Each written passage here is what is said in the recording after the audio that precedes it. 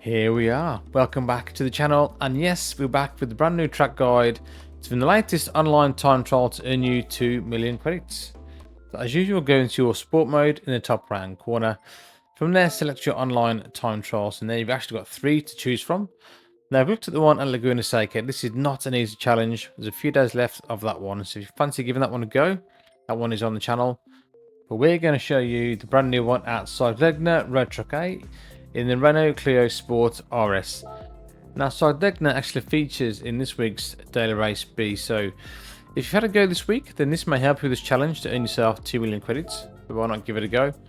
So you can choose the car from your garage, or you can rent the specified car, which we're going to rent the car. When you click on the colour you want, press OK, and away you go. So to earn yourself your 2 million credits, you need to beat a lap time of 2 minutes 7.905. To earn yourself 1 million credits, you need to beat a lap time of 2 minutes 10.388. And to earn yourself 250,000, you'll need to beat a lap time of 2 minutes 16.598. And in terms of assists, for this one we're running on no traction control, counter steer we have off, and ABS we ran on weak for this challenge. Now I did try default as well just to compare it, but to be honest there's not much in it, so either one should be fine for this challenge. But let's get into the lap itself. As usually goes from the top 3 in the world as a reference. We come to the first braking point and we're looking at this red mark in the barrier on the right hand side. Now we need to brake in before we hit this red barrier, and definitely before we hit this 100 board. So come over to the right hand side to really open up this left hander. We're going to stay in 3rd gear, release the brakes, and you can get on this accelerator really early because that corner is slightly banked on the inside. So we're going to rev this car out as well. No short shifting at all with this one. Revving this car out will get you around this track a lot quicker. So for the next corner, a tricky little section to get this one right. We're looking at that 50 board on the right hand side. Now we're going to brake in just as we get level with this 50 board to approach this left hander. We're going to come down to 3rd gear and we're going to come off the brakes and let the car kind of rotate in. Now as the car straightens up, we need another dab of the brakes and use this as a reference, kind of where the sand meets the grass, and you can tap the brake just to get the front end pointed in for this right hander. You can take a little bit of the curb as well on there. But one thing I will say about this car is that under acceleration it's really understeery as all the power is going to the front wheels. So be nice and smooth with the accelerator. For this next blind left hander, we're looking at the 50 board just above us. Again, we're braking just after we get past this 50 board. Now, this corner for me is all about the marshals to help us. So as we see the marshal on the right hand side, that's our kind of reference to start turning in. Try and carry as much speed as you can, and you can see we're going to shift up to 4th gear, and as soon as we see the marshals on the right hand side, you're going to be hitting the accelerator flat out to try and get the best exit out of this corner. Better to accelerate there in 4th. I think if you accelerate in 3rd because you're a bit more understeer and it's easy to kind of run wide on the exit and end up hitting the barrier. So stay in 4th gear for as long as you can, change about 109 miles an hour, just gives you that little bit extra speed up this hill. Now for this tight left hairpin as we approach the 100 board, that's what we're looking at.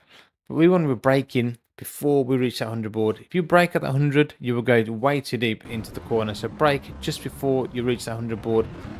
Then we drop down to 2nd for this corner, and as we hit the apex you can see we're releasing that throttle and the car will rotate nicely.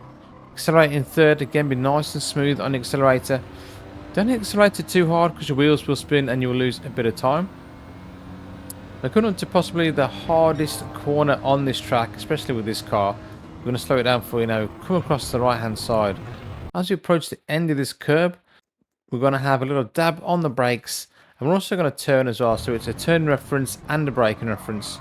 Get as close to this barrier on the left hand side. You really have to push it through this corner and be brave. As you can see, we've got an awesome exit, catching that ghost right up. The last braking zone, we're looking at the 100 board just above us. Again, we're braking pretty much level with that, maybe slightly before. We're going to come down to 2nd gear, same principle again. As we're turning in, we're releasing those brakes, let the car rotate. Change into 3rd gear, get an accelerator as early as you can and use all the exit. We're revving this car out in 3rd and 4th gear. This last corner we come up to, absolutely flat out, but again, be nice and smooth with the steering. We're changing around about 109 miles an hour again, and then it's a run to the line, and that's a lap off Sardegna as we come across the line for 2 minutes and 4.361. So at the time of recording, it actually put us P6 in the world, and you can see we've got some great company around us, with the Australian Hollow One just in front, and Sammy Snake, Tidney, and Flash Dagger all in the top 10 too. So not a bad little time trial this week once you get used to how to drive this car. And like I said before, if you've raced on Daily B this week, then that will definitely help you. But if you do like this content, guys, and if it does help you, please leave a like and subscribe to the channel. As we show that lap down from the chase cam, we're not going to slow it down for you. You can see, always helpful, I think, looking at the chase cam view, and just shows you how much of the track that you can actually use. You can't always see that if you're racing from bumper view or from the bonnet as well. As you come to this left-hander, you can see braking at that 50 board, releasing the brakes, letting the car's going to momentum take you around the corner. Try and get that minimum speed up as much as you can. But smoothness is the name of the game for this one as well. Smooth on the steering and smooth on the accelerator will get you around this course a lot faster. So for this corner, again, look at the marshals. They're there on the right hand side to turn in, and on the exit as your reference. And for me, that works quite nice. That is a blind corner, so it's really difficult to get that one right and nail it every time. But if you use those marshals, I mean, strange thing to use, but yeah, you can use them, and it does help me. So run up the hill, come to this tight hairpin, stay as close to the left hand side as you can. We're staying in 5th gear, braking before the 100 board. Try and brake in a straight line for as long as you can. Release those brakes as you turn in, nice and early on the accelerator. Change up to 4th gear, really rev this car out as well. So now we approach this really difficult left-hander. Let's come across the right hand side as much as you can. Enter the curb, tap of the brake, turn left. Get as close as you can to there and get really brave on the exit as well. You could even took more speed to there. Last braking zone, 100 board. Again, brake in a straight line. Come to 2nd gear, release those brakes. Accelerating 30 at the breast traction out that corner. And all you've got to do now is come across to the left hand side, flat out for this right hander, not slow down whatsoever. You can even take a little bit of the curb on the right hand side if you can. Nice and smooth with the steering for that last right hander, which then brings you to your run to the line, and that's the end of the lap. So let me know what you guys think of this week's challenge. Which one do you prefer actually out of the 3 time trials? We've got the one at Laguna Seca in the concept car, this one, and we've also got the Honda GR2 car at Lago Maggiore, which actually seems a very popular one. We've not actually set a lap at that one at the minute, but yeah, might give that one a go because there's still over 20 days left on that challenge. For now, guys, thanks for watching. I hope you enjoyed the video.